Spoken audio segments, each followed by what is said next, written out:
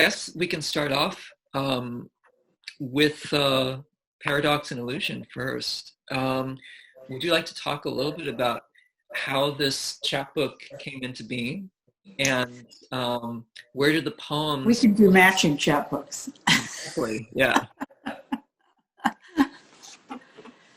How it came into being. Well, years worth of work on poems, and I'm one of those people who doesn't quit editing. I mean, many of these poems were published, but they are edited again as they appear in this book of this collection. And the funny thing about that is that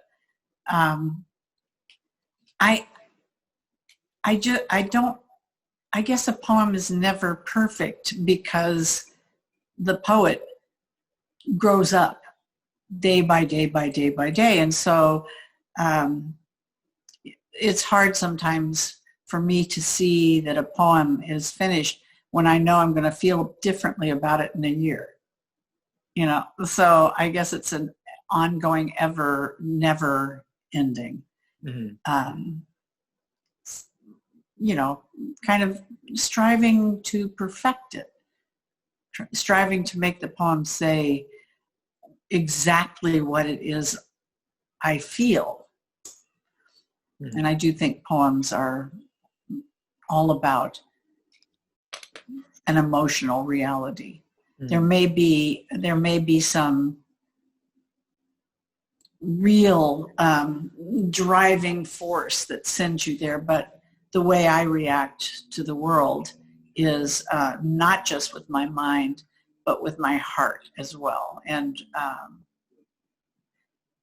it's hard to see some of the injustices that happen. And so I guess I'm telling you that I write a lot about what I see as problems in relationships. And that could be relationship with nature, but often even when I'm writing a poem that is apparently about nature, it's really about relationships between people. Yeah, I can see that in this chapbook. Thank you. One poem that kind of sprung out at me, besides coitus, that obviously sprung out at me, about the leopard slugs mating in midair, which is an amazing image. Yeah. But there's two mares on the trail. That really sprung out at me. And would you mind reading that poem? It's on page 16. Yeah, I popped it open. Two mares on the trail, one pinto, one roan. The pinto crow hops sideways. Her eyes show white all around.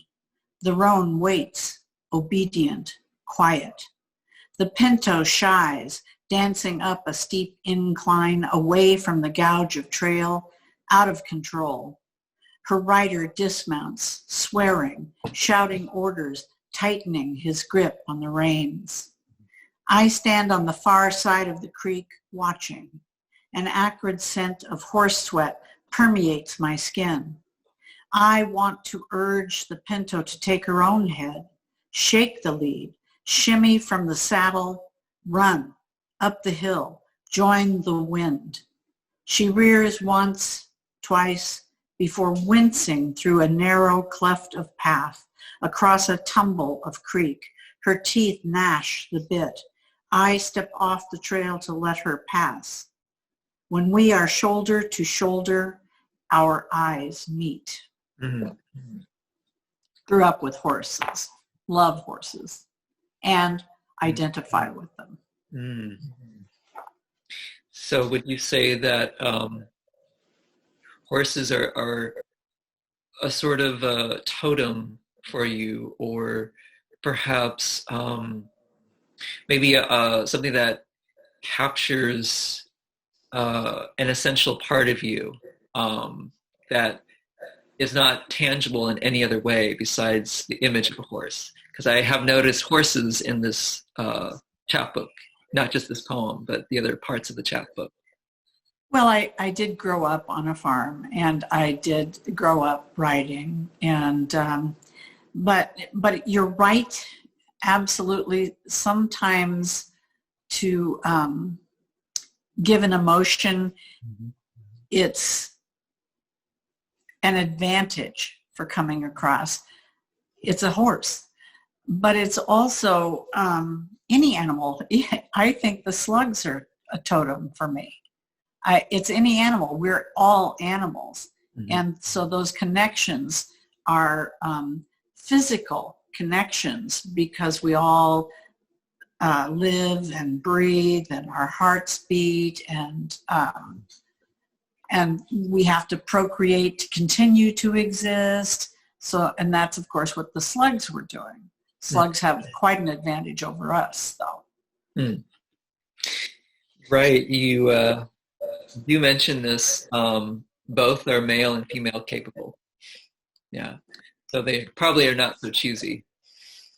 I don't know, maybe they find each other very attractive. Yeah. But, I'm not sure about that. However, there's a thing I say in that poem that is really about taking it slowly, and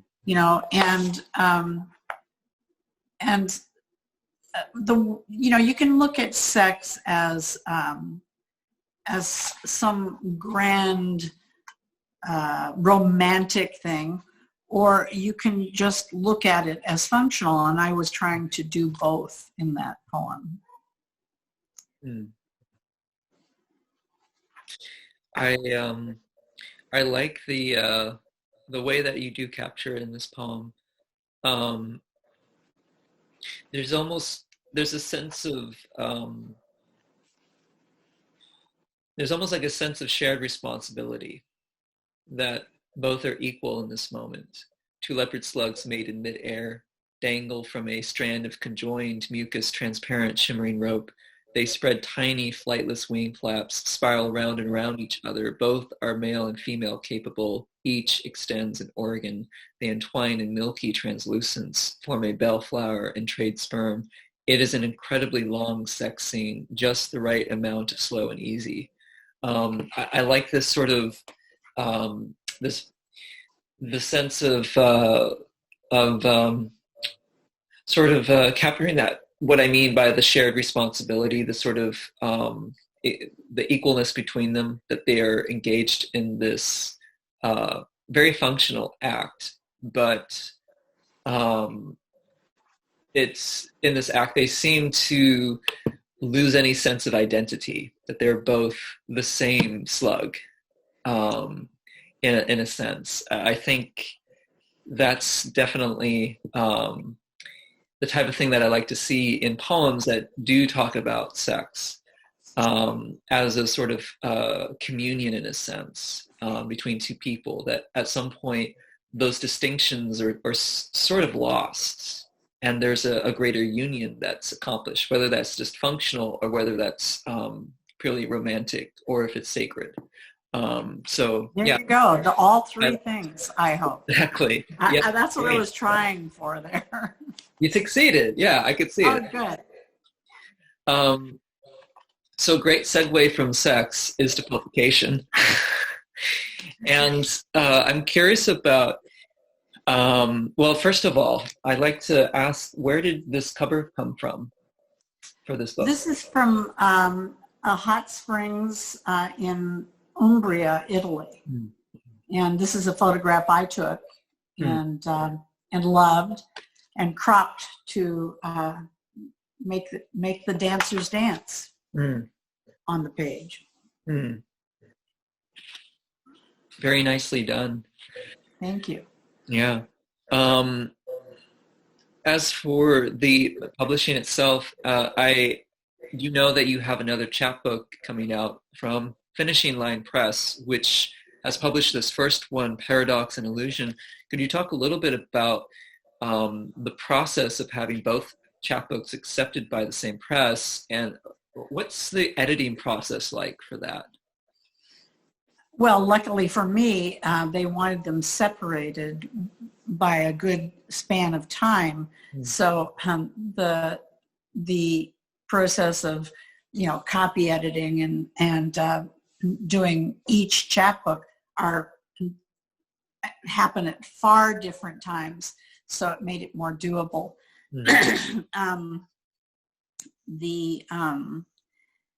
The way that 2 chapbooks came about was I was sending out multiple chapbooks to multiple places, and I, for some reason, decided to send 2 to Finishing Line Press because I couldn't make up my mind which way to lean. The one coming up, Tatse Suras, it'll be out in June of 2021, has a lot of family poems in it, and I love my family, but I certainly didn't come from an ideal family, and a lot of alcoholism in both my parents' sides of the family. And I deal with some of that. I also deal with the death of my father in there. And I was very close to my dad. So that was a hard loss. So I didn't want these 2 books, these 2 collections. I first gathered them as one book. And then a friend of mine, Lauren Davis, the poet Lauren Davis, great poet. She said, well, let me see them. Let me see what you're putting together. And she said she would help me break them into a couple of chapbooks. And she did. And she broke it down really, they're all relationship, because even the family poems are relationship. But she clearly separated family from the rest of from the poems in this book. So it was a really great education, because she is a very careful, very detail-oriented, editor. Basically, that's what she did for me. And it was best thing I've ever done was to say, gosh, yes. And when she said she would do it, I'm going, well, okay, now I really need to be doing the same thing for her. But it's hard to look at your own work and say, these should be separated out in this manner. And Lauren took weeks to do it. And that was the most helpful thing I've ever experienced. And it gave me 2 books that both were publishable. So I say you're not an island, I guess is what I'm saying. Yeah. Especially when it comes to things like poetry that is so revealing of the self. I came at this with some reluctance, more than some reluctance, quite a bit of reluctance to have a collection of poems out there that really pretty much anybody with any, people empathy whatsoever would certainly figure me out in a heartbeat. And it's a little scary to put a whole collection together and then to read from it. Right. Yeah. Yeah. I can imagine that. There's something about poetry that is sort of makes the writer vulnerable in a way that perhaps fiction doesn't seem to automatically. It depends on the type of fiction you write, of course, and also the way people regard fiction. Not to say that there should be so many divisions between poetry and fiction, but rather I think that at this point in time, so many readers anticipate poems as representing the author a bit more obviously than those. So I have to say that I think just having that there is enough to say that, yeah, any poetry collection is going to make you feel vulnerable in some way. Mm-hmm. But when you're writing about the subject matter, which is both universal but incredibly personal to your own lived experience, it can be frightening. But Yeah. I guess the good side of that is you have a lot of people that have placed faith in your work. Obviously, if a publisher is going to take two of your books, two manuscripts, and publish them both, which is not something that happens very often, at least in poetry, unless you're under contract to deliver two books. Because I've seen this happen before where, and I've worked in publishing companies. If we receive more than one manuscript by the same author, we tend to reject them. It's a trend. So to accept both is a very, I think, strong statement of faith on their part, that you have an audience and you have a publisher that believes in you. And I think I believe in you after reading this. Oh, thank you, Tristan. That's really kind. I appreciate it. I don't praise without truth. So any flattery is entrenched in truth, in my opinion. Thank you. Another thing I wanted to talk about, it's sort of in relation to writing, producing multiple manuscripts, is what your writing life, or whether you call it that, or your writing process, what is that like exactly? And do you find yourself staying in one genre or writing in different genres? I write in different genres just because I get bored easily, Tristan, really bored easily. And I cannot not write poetry. It is, it's breathing for me. And, but to take on, right now I've got a 400-page novel manuscript. And it's a novel, it's a mother-daughter story, novel of redemption. And, but I'm also wanting to make that world fully imagined with one of the four main characters being a woman of color. And so I am, part of my writing process is to read. I'm currently reading Caste by Isabel Wilkerson, mm-hmm. But I've also read, just because I want this woman not to be made from, a white kind of misconcept mm-hmm. of a Black woman. And so I have a couple of friends doing some, that will be doing some reading to make sure that my character is accurate. I'm not usurping her power. So I'm also reading, let's see, I just finished, So You Want to Talk About Race.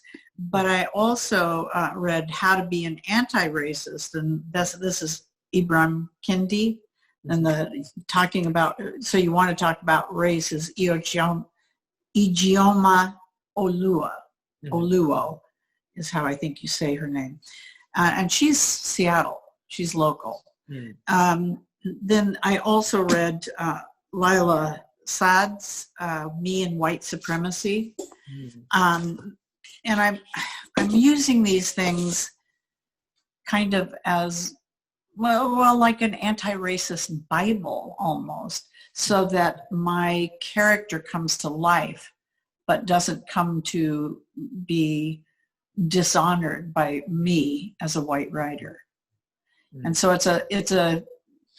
my writing process is also researching and reading. And I've read, it's not that I don't read poetry at this time, and it's not that I only read nonfiction. I also read fiction. I finished Amy Liu's Glorious Boy. Loved that book. It was absolutely fabulous.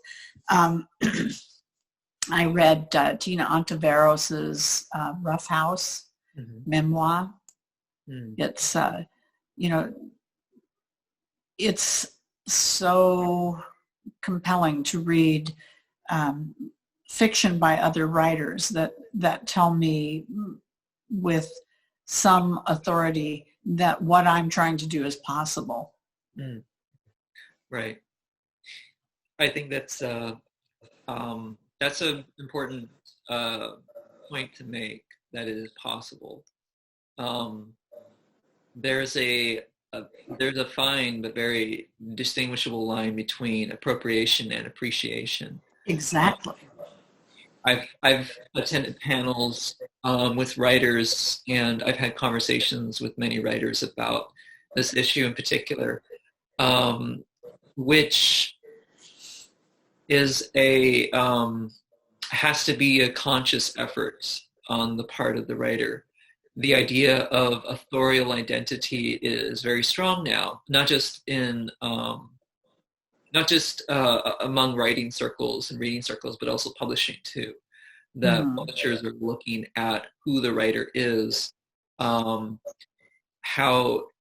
like I mentioned before, this is placing faith in the work.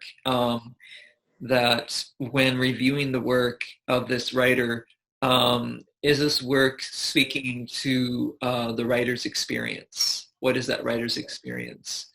How are readers going to be confronted with it, or are going to be affirmed by it, instead of being disenfranchised? Because that's been the trend in publishing in particular for a long time. Who is in charge is a really important question, because even if the readership and the authors, the diversity of the authors expands and becomes more nuanced and less homogenous, the people that are publishing it have not yet. It's still very much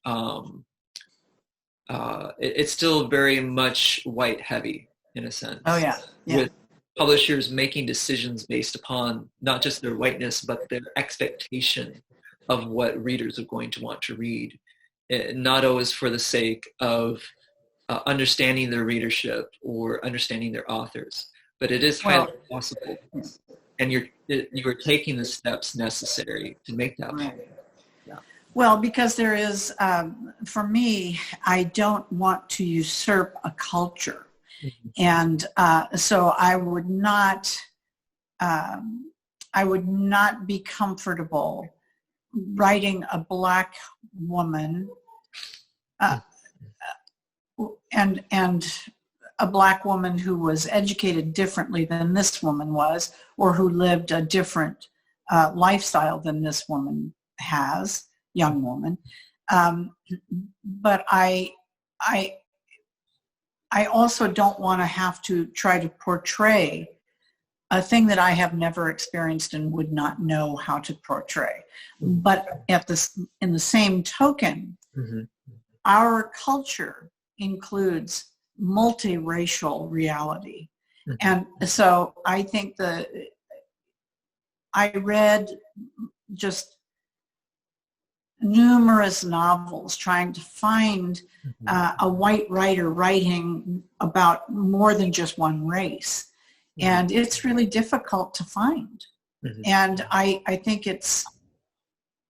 that's what's necessary in this world to own the fact that we have a world where skin color varies, where cultural past is different, where cultural present is different. And that all needs to be acceptable. And if we don't get it into the literature so that everyone is reading and normalizing, then we fail our brothers and sisters of color. And we can't keep doing that. So that is my vent right now. It's very good to hear, especially since as one thing that I'm trying to phrase this in the right way. It's the effort does not fall on the shoulders of the marginalized. No, it shouldn't. They've already done enough. They've suffered enough. The work has been done. The groundwork has already been laid, right? We wouldn't be here where we are right now if they hadn't gotten us to this point. James Baldwin makes a very compelling sort of statements in an interview that he gave back in 1963 about the sort of moral monstrosity or the moral monster of white Americans, and that the problem is not with James Baldwin or of Black people. The problem is with white people who have created these divisions and have subjugated and marginalized people and created these created derogatory language to refer to people and these stereotypes. And so one of the things that he advocated for was this breaking apart your own consciousness. And this was shared by Black people and white people. Black people recognizing their worth, white people recognizing the harm of whiteness, of what is done for hundreds of years, and making those conscious choices to sort of undo that. And which is funny because this was over 50 years ago. And we're having the same conversations today. And I think a lot of this conversation is happening in literature as it was then. Yeah, but unless the literature of the white, because I really see, after reading Caste, for certain, Wilkerson's Caste, you begin to realize that the polarized idea of white and Black, and the way that affected African immigrants to the country, forced immigrants to the country, but the way it also affected European immigrants like the Irish or the Polish or the Germans who came in and suddenly, having never been seen as white in their lives, in their entire history, are now white as opposed to Black. So it's a construct made in America by white Americans. Right. What was it was Americana, and in that novel,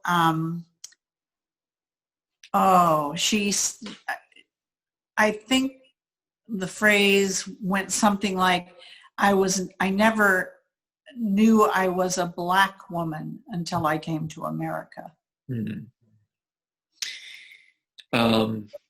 Chimamanda Ngozi Adichie, is it? Yes. Yeah. That way? Yeah. I've seen her TED Talks. Yeah. Really, really wonderful. Yes. The construct of race is predominantly an American invention, and it sort of is ubiquitous in American life, and even for communities that are sort of homogenous, that like whether they're mostly white, mostly Black majority communities, that construct is still present in material wealth, in possessions, in region, in dialects. It sort of influences everything. And I think writing fiction and writing poetry too, if we are writing about experiences beyond our own personal experience, we have to, I think it's the moral responsibility, personally speaking, of the writer to really understand or to attempt to understand who these people are. So as you say, you do not usurp the power of this character or of this experience. Right. And it is an anti-racist activity. Yeah. And, here we are, two white people talking from positions of power because we have been granted that. We haven't been really woke to the fact until recently. But the truth is, here we are talking race, and there's not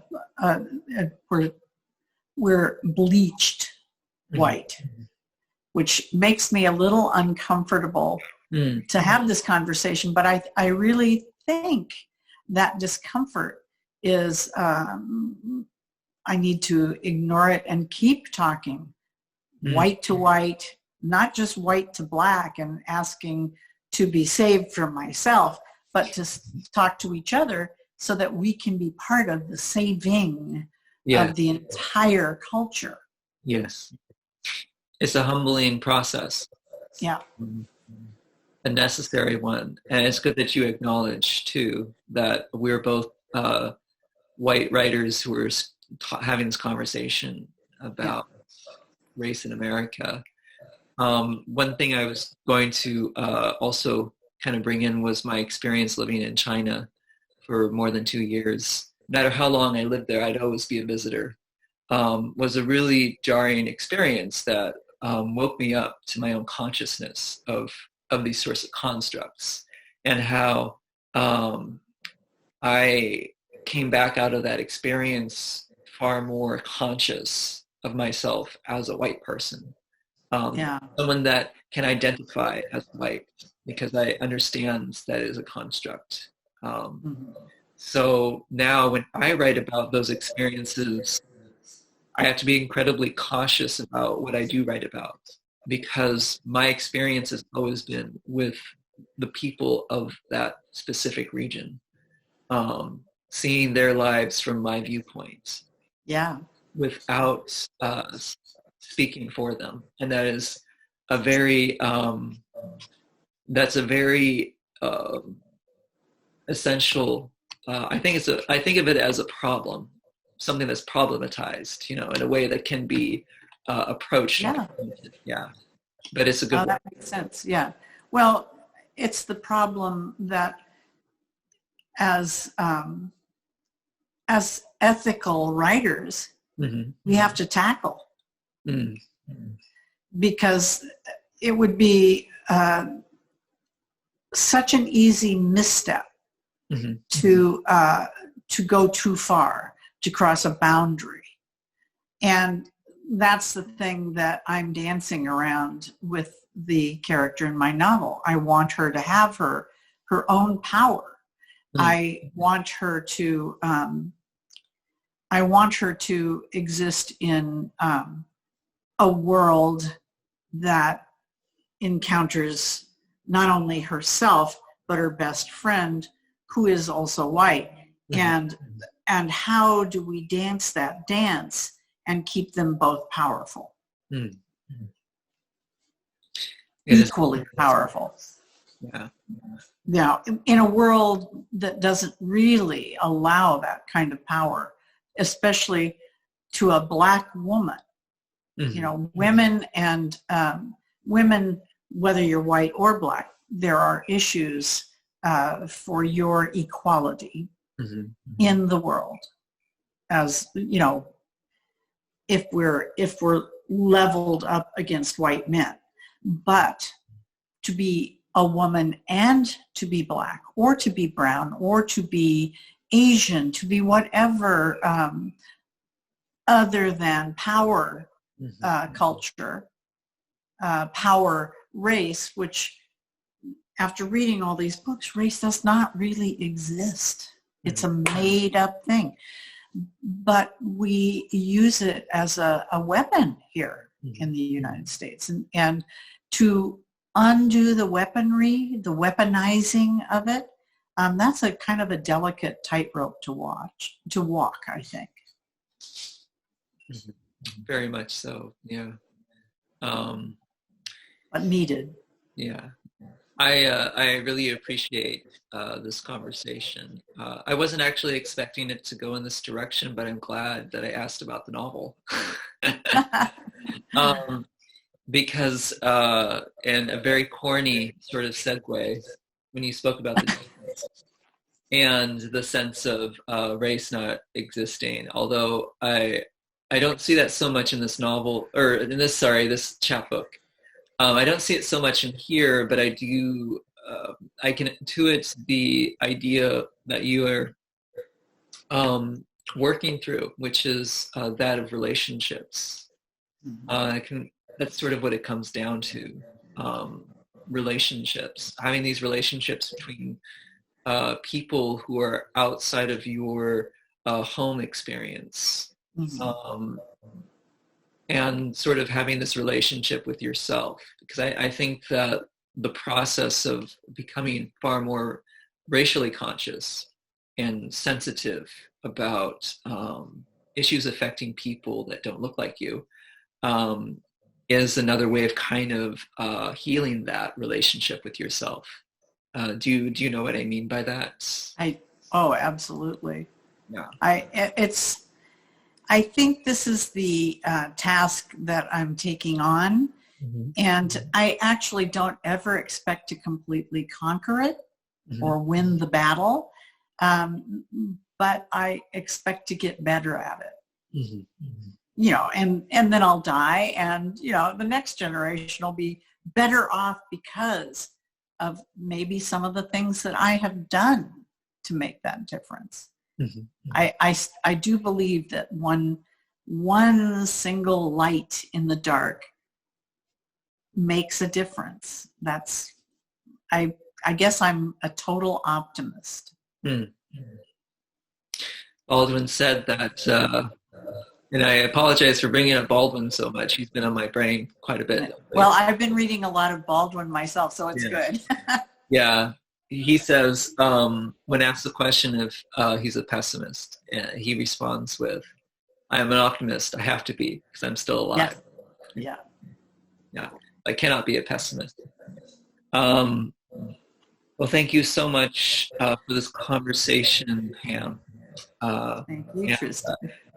Thank you, and I appreciate the time that you've taken, and also the chance to share some of your thoughts and some of your work from your chapbook, and we're looking forward to the next book coming out of Finishing Line Press, January 2021. Yes, that'll be Tatse Soras. Fantastic.